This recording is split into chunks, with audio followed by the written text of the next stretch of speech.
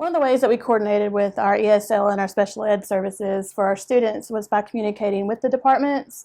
We were able to do phone calls or Google Meets with them to get the modifications and to figure out the needs for our students.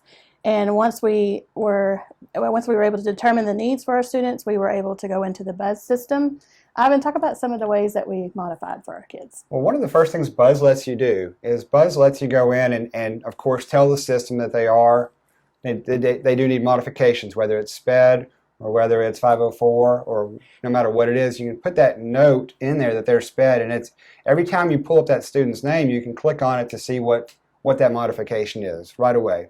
So that makes it fast. And you can also sort students in your grade book according to almost anything you want. So that also is very useful because it can group all the students that need to be looked at that way. So that's one thing that it does. A huge thing that you can do with Buzz is you can do these things called groups, and you create these groups within your classes. And those groups basically allow you to say, I want to give these students these assignments. I want them to not be able to see these other assignments.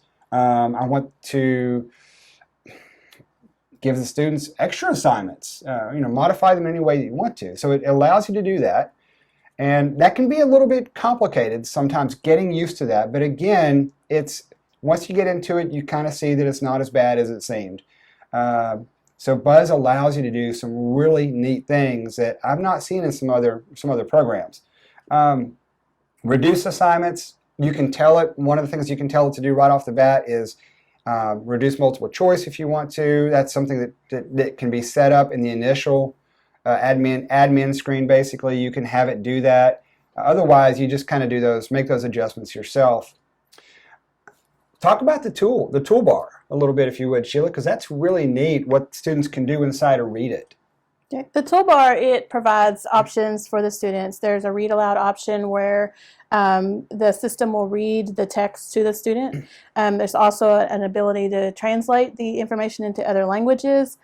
So if they have someone helping them, that would help that way. They can also open up and do audio and video to turn in their assignments. So if they need to speak what they're saying versus writing what they're saying, they have that ability. And that can be really, really useful when you're wanting to encourage students to do that part of their requirements to speak, to read, to listen, to all those things that we do in the standards.